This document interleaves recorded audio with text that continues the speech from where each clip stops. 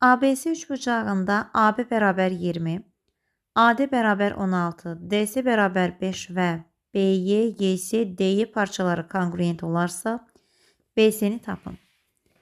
Və biz şəkildə görürük ki, burada BY, YC və DY parçaları bir-biri ilə kongruentdir. B və D nöqtələrini birləşdirsək, onda BDC üçbucağında 2 bərabər yanlı üçbucaq olduğunu görərik. Bu üçbucaqlardan biri DYC-dir, digəri isə BYD-dir. DYC üçbucağı bərabər yanlıdırsa, onun oturacağına bitişik bucaqları bir-birinə bərabərdir. Yəni YDC və YCD bucaqların hər ikisi alfa ola bilər. Digər tərəfdən BDY üçbucağında da eyni ilə BY və YD tərəfləri bir-birinə bərabər olduğundan BD oturacaqdır və oturacağı bitişik bucaqlar bir-birinə bərabərdir. Onları da beta-beta işarə edək.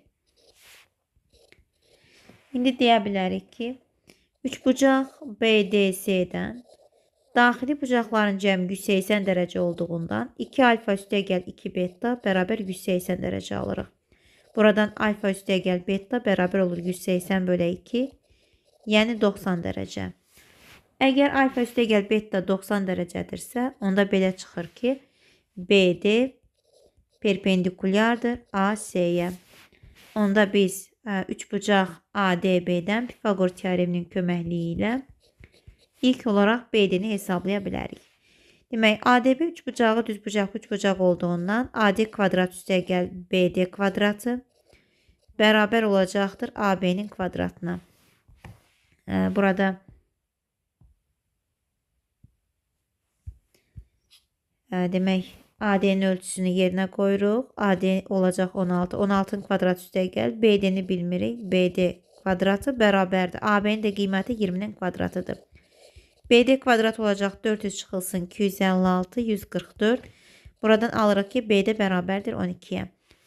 BD 12-dirsə, bu dəfə də üçbucaq BDC-dən yenə Pifaqor teoreminin köməkliyi ilə alırıq BD-nin kvadratı üstəgəl CD-nin kvadratı bərabərdir BC-nin kvadratına.